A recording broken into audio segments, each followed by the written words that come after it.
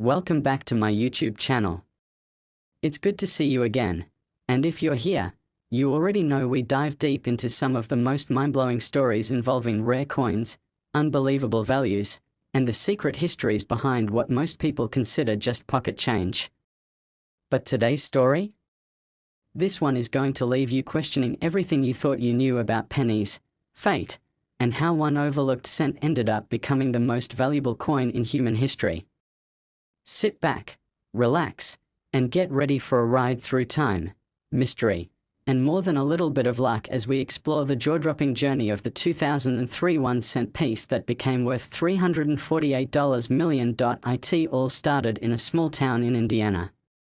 There, tucked between wide stretches of cornfields and narrow highways that wound like faded threads across the landscape, lived a man named Carl Hendricks.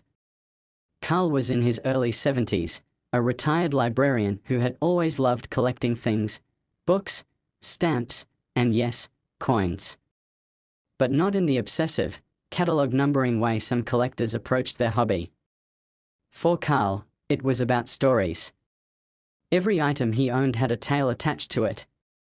And sometimes, those tales were just waiting to be discovered. Carl's house was a modest single-story structure built in the early 60s. Out back, he had a dusty old shed where he kept boxes of odds and ends from decades past. One particularly rainy Saturday in the spring of 2014, Carl decided to dig through the shed and clean things up. That's when he found an old cigar box full of loose coins. Most were dirty, discolored, and unremarkable. But among them was one that caught his eye, a 2003 Lincoln cent. Now, most people wouldn't think twice about a 2003 penny. Billions were minted that year. But this one felt different in Carl's hand. He couldn't quite place why at first. It looked like an ordinary penny, same copper tone, same familiar profile of Lincoln. But something about the weight seemed a bit off. And the luster, though tarnished, still glimmered oddly, as if the metal was lead or denser than it should be. Intrigued, Carl brought the coin inside, wiped it clean, and took a closer look with a magnifying glass he kept on his desk. The first thing he noticed was the edge. While most modern pennies had smooth, regular edges, this one had a faint but noticeable reeded pattern, like the grooves you'd find on a dime or quarter. That alone was strange. But then Carl saw something even stranger. Under the date 2003, there was a barely visible marking, so faint it could only be seen under magnification. It was a tiny, nearly microscopic symbol that resembled a double lightning bolt. Carl had never seen anything like it. And after 60 years of casual collecting, he knew this wasn't a standard mint mark. At first, he thought it might have been damaged or tampered with, but the coin was pristine in every other way. He turned to the internet, then to numismatic forums, reaching out to people who might be able to help identify the coin. Most dismissed it as a curiosity or a novelty. But one user, who went by the alias Silverjack23, messaged Carl privately. Silverjack claimed to have seen that marking once before, on a classified document related to a cancelled government project from the early 2000s. He wouldn't say much, but he told Carl to have the coin tested, specifically, the composition of the metal. It wasn't just copper, Silverjack warned. That coin was something else. Carl didn't have access to advanced testing equipment, but he reached out to an old friend who worked at a university lab. The friend agreed to discreetly run a few tests, just for fun. When the results came back, they were baffling. The coin's outer shell was indeed copper, but beneath it was an alloy unknown to modern metallurgy, something not found on Earth, at least not naturally.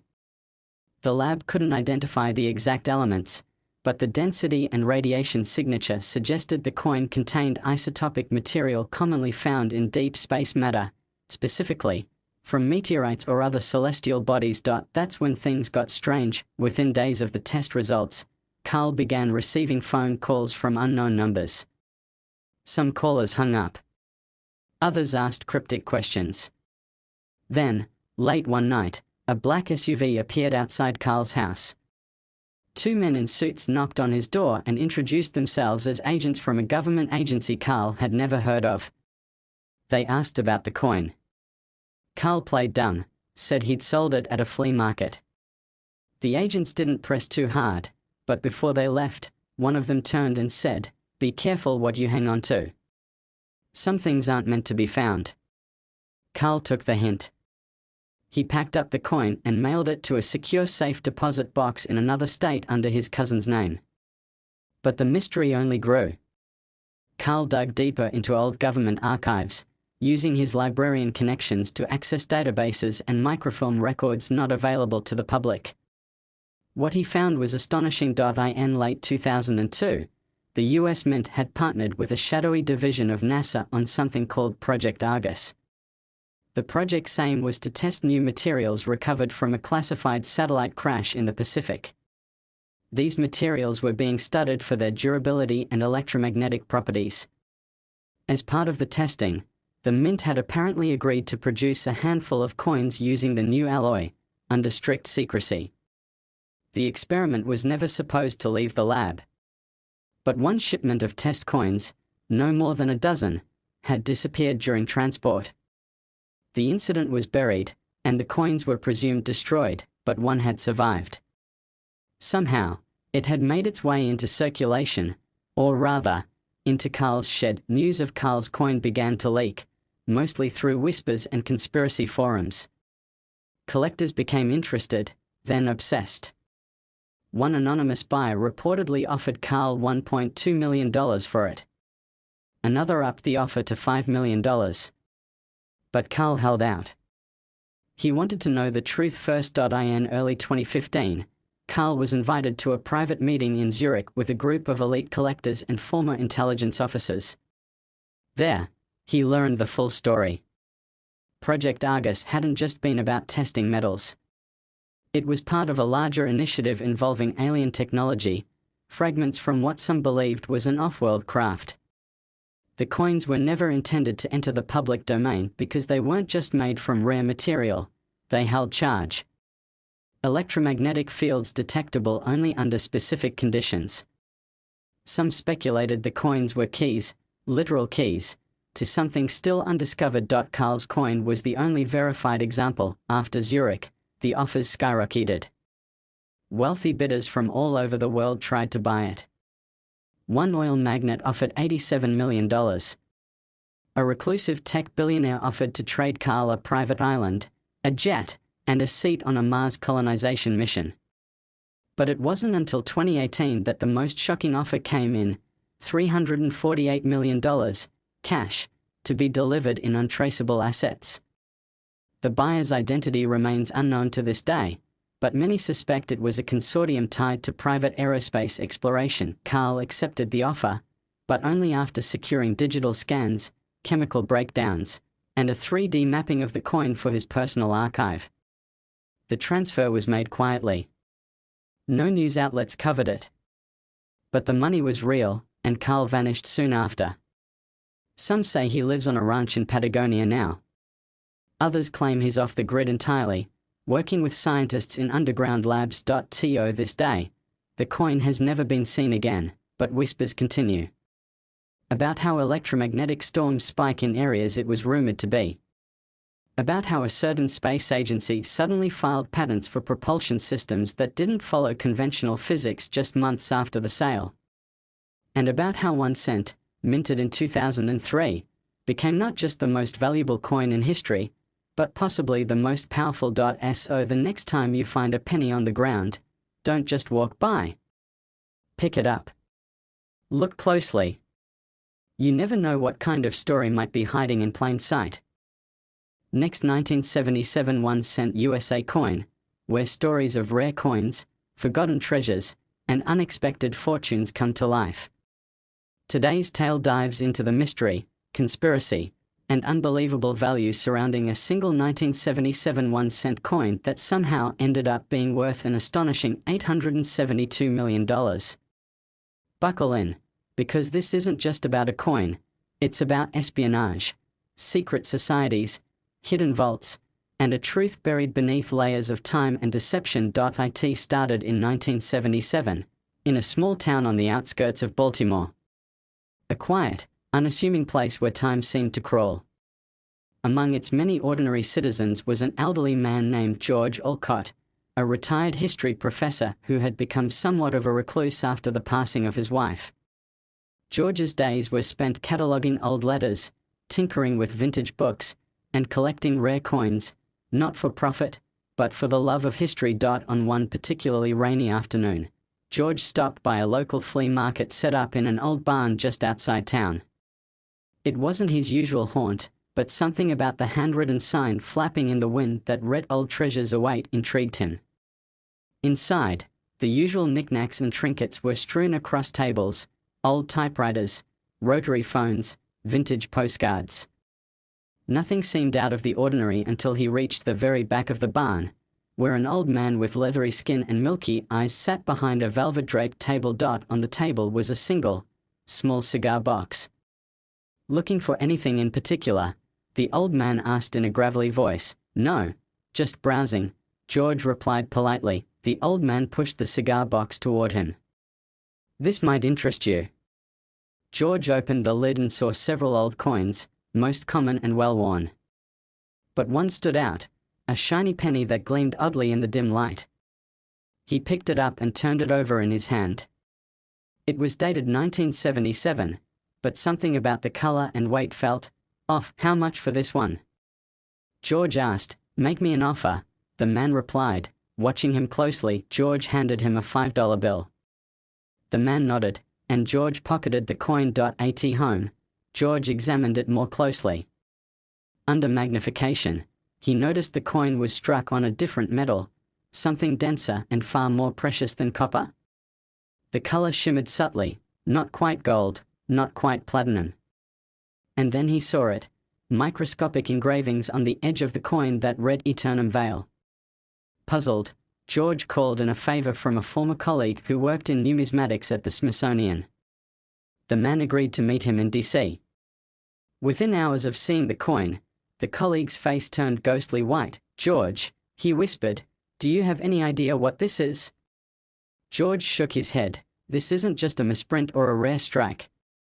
This is part of a classified minting experiment from the Cold War era." George frowned. "A classified experiment?" The colleague explained that during the 1970s, a covert group within the U.S. Treasury known only as the Ordinaries had been experimenting with new types of materials for currency. Their goal was to create coins embedded with microscopic data storage technology, essentially using physical currency as a spy tool. The experiment was abandoned after a breach, and all prototypes were believed destroyed, but apparently, one had survived. The engravings "Eternum Vale," Latin for "farewell forever," were known to be the signature of the lead engraver of the Ordinaries, a man named Elliot March. March had vanished mysteriously in 1978, and rumors swirled that he'd fled with the only surviving coin. Now, here it was. Within days of George's visit to the Smithsonian, men in suits began appearing near his property. Black sedans parked just out of view. His phone line began to cut in and out. One night, his home was broken into, though nothing was taken. Just searched. Frightened, George mailed the coin to his cousin, Marianne, a tech-savvy journalist living in San Francisco, with a cryptic note: "Keep this safe. Trust no one. Tell the story if I disappear." The day after Marianne received the package, George was reported missing. Marianne opened the small envelope, unfolded the note, and examined the coin. Her first instinct was to dismiss George's concerns as paranoia. But the very next morning, she noticed her email had been accessed from an unknown location, and two strangers followed her from her apartment to the grocery store. She decided to investigate. Using a high-resolution scanner, she discovered the engravings around the edge also contained patterns that, when decoded, led to a string of binary code. With the help of a hacker friend, she decrypted the data. What they uncovered was staggering: coordinates, names, and operations involving CIA activities during the Cold War. And hidden among the files, the name of a Swiss bank account connected to clandestine US and Russian transactions. Funds totaling over $872 million were documented, funneling through an account that hadn't been touched since 1977. Suddenly, the value of the coin wasn't in the metal, but in the information it held. Word spread in the shadows of the internet. Collectors, spies, and criminals alike began searching for the coin. Some believed it held the key to unlocking a fortune. Others feared what the information could expose. Marianne, realizing the danger, went underground. She traveled through back channels, hiding the coin inside a hollowed-out book, always moving, never staying in one place for more than a few days. She tried to alert the press, but her story was blocked at every level. Journalists were warned off, files deleted, phone calls monitored. Then, in a twist no one saw coming, a private collector from Dubai offered to buy the coin, not for 1 million, not 10, but for the full estimated value of the Swiss account, $872 million. He didn't want the coin for its beauty or rarity, but because his family name was mentioned in the decrypted files. It was a blackmail payment, a hush transaction to keep secrets buried. Marianne refused. The offer doubled. Still, she refused. That same week, her apartment in San Francisco was burned to the ground. The chase continued across Europe. From a monastery in Romania to the underground tunnels of Paris, Marianne stayed one step ahead, helped by strangers who believed in truth and justice more than money or secrecy. Every time she got close to exposing the story, a new barrier emerged: corrupted journalists, missing files, anonymous threats, and then, just when it seemed hope was lost, she met a man named Lucien, a former intelligence officer turned whistleblower. He had worked with the Ordinaries in the late 70s and had been in hiding ever since. Lucien had been searching for the coin not for profit, but to make right the wrongs he'd once helped perpetrate. Together, they formed a plan, not to sell the coin, but to leak the data worldwide. They uploaded the files to a dozen secure locations and initiated a countdown timer, giving the US government a chance to publicly acknowledge the existence of the coin and its contents. At the 11th hour, a deal was struck. The coin would be surrendered to a global museum coalition, enshrined as a historical artifact, and the information declassified. In exchange, Marianne and Lucien would be granted full immunity and protection. The world watched as the coin was unveiled in a heavily secured vault in Geneva. The plaque beneath it read, "The Coin of Secrets, the 1977 cent that changed history." But the story doesn't end there. Years later, whispers began again. Another coin, also marked 1977, had surfaced, this time in a small fishing village in Newfoundland. A child had found it wedged between the boards of a shipwreck. It bore the same mysterious engraving, Eternum Vale. And just like that, the cycle began again. What if there weren't just one? What if there were 10, or 100? The value of the first coin was $872 million because of the secrets it held. But the next coin? Its worth could be anything. A key to another mystery, another buried fortune, another hidden truth. Collectors and historians still debate how many were made, if any others survived, or if the entire story was an elaborate hoax. But those who were there, those who saw the fear in George's eyes, the fire in Marianne's apartment, the hidden data that rocked intelligence communities, they know the truth. One coin changed everything. So next time you come across an old penny in your change jar, take a closer look. You might be holding history in your hand. You might be holding the next 1977 cent, the one that could be worth not just money, but the truth itself. Thanks for watching, and if you like this story, stay tuned. We've got more tales of mysterious coins, hidden fortunes, and the forgotten secrets that lie just beneath the surface of everyday life. See you next time. Last 1989 1-cent USA coin, where the impossible becomes reality, where forgotten history emerges from the shadows, and where ordinary objects become the centerpiece of extraordinary tales. If you've been following us for a while, you know we dive deep into stories most wouldn't dare touch, exploring coins lost to time, fortunes built on myth, and truths buried beneath decades of lies. Today's journey is unlike any other, a winding path through deception, sacrifice, and revelation, all starting with a single 1989 1-cent coin. You heard that right, 1 cent, minted in a year most people have long forgotten, now tied to a story so complex, so buried, and so far-reaching that its final appraised value wasn't in copper or zinc but a staggering $267 million. Our story begins not with a collector, but with a janitor named Willard Brown, who worked the late shift at the National Archives building in Washington, D.C. Willard was 64, mild-mannered, never married, known for his punctuality, and barely spoke above a whisper. He'd been sweeping marble floors and dusting glass cases for over 30 years. What most people didn't know was that Willard had a second life, an amateur historian and numismatist who had a sharp eye for anomalies.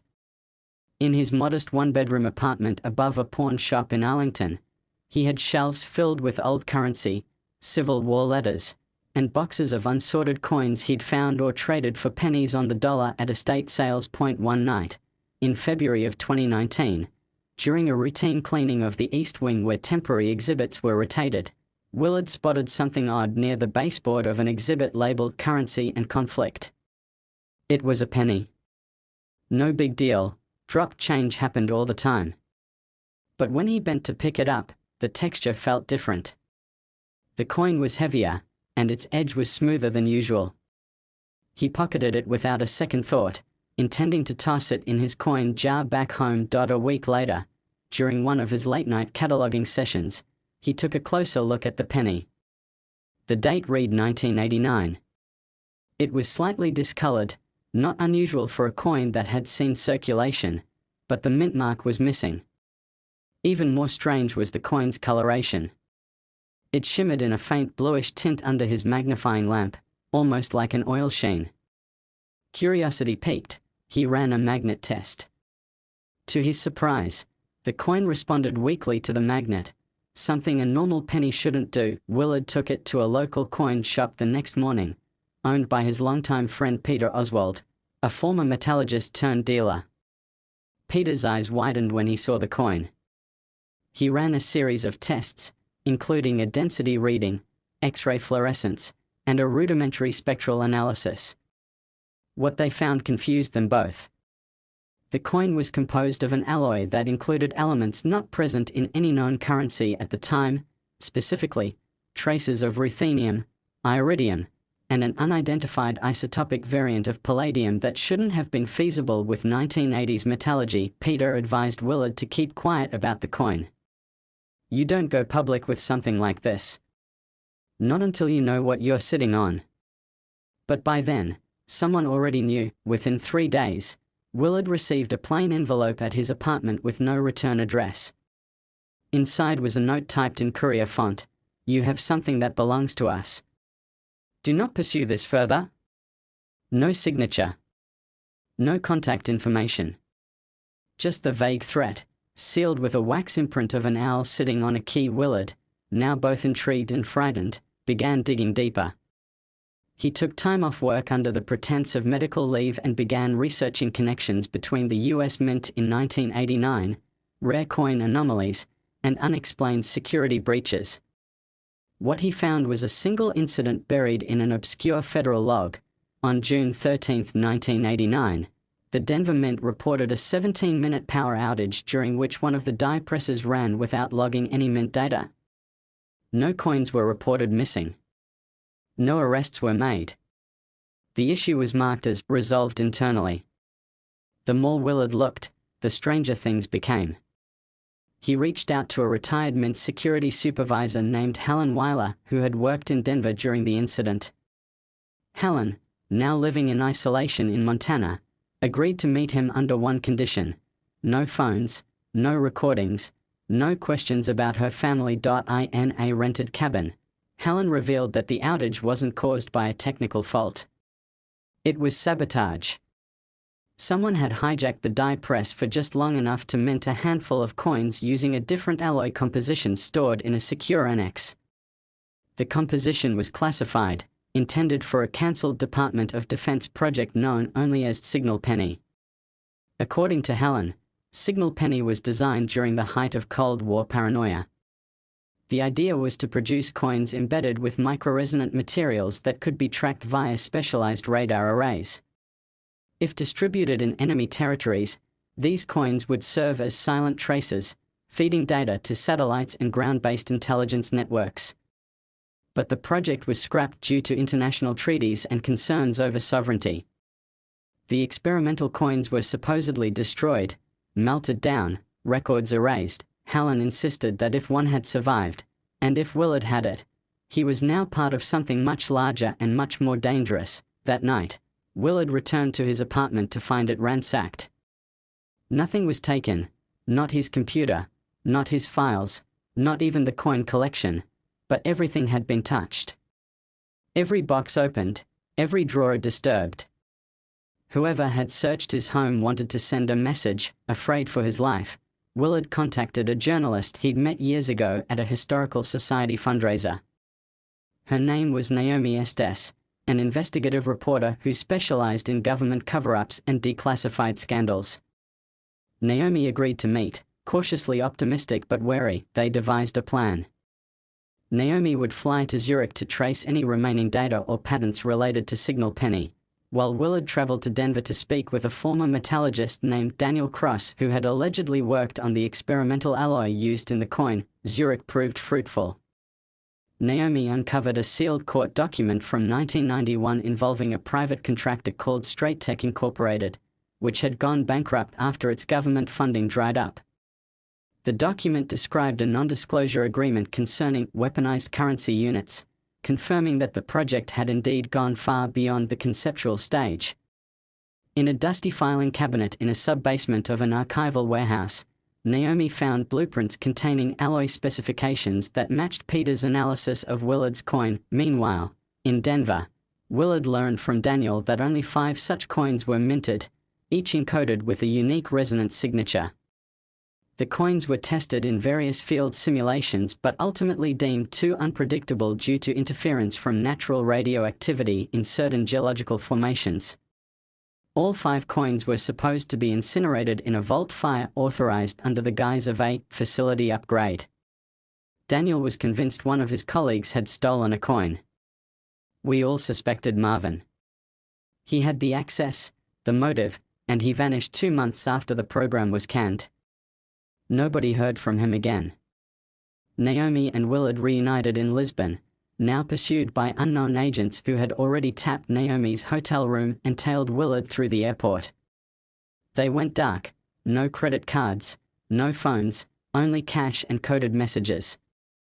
Together, they found an encryption specialist who analyzed the coin's resonant properties using a device originally built for seismic prediction. The output was not noise, it was data. A code. One that, when decrypted, revealed a coordinate string and a short alphanumeric key. They traced the coordinates to a decommissioned NATO bunker in the Italian Alps. Hidden inside was a sealed metal case that matched the specifications outlined in Naomi's Zurich discovery. Inside that case was a second coin, marked 1989, identical to the one Willard found, but with a different spectral signature. Each coin, it turned out, was keyed to a different piece of information. Data that, when combined, revealed a complete map of US satellite surveillance blind spots during the late Cold War. Why was this worth $267 million? Because to the right buyer, namely a foreign government, a private intelligence contractor, or even rogue elements within the defense world, that map was a goldmine. Not only did it expose outdated vulnerabilities, it also highlighted flaws that still existed in modern infrastructure due to legacy system overlaps. Multiple bidders emerged, some offering millions, others threatening blackmail. Willard and Naomi were now fugitives. But rather than cash in, they made a decision that changed history. They exposed everything, they leaked the data. All of it. Through dead drops, encrypted leaks, international journalists, and secure disclosures. The world watched in shock as governments scrambled to acknowledge the leak, most denying any knowledge of Signal Penny.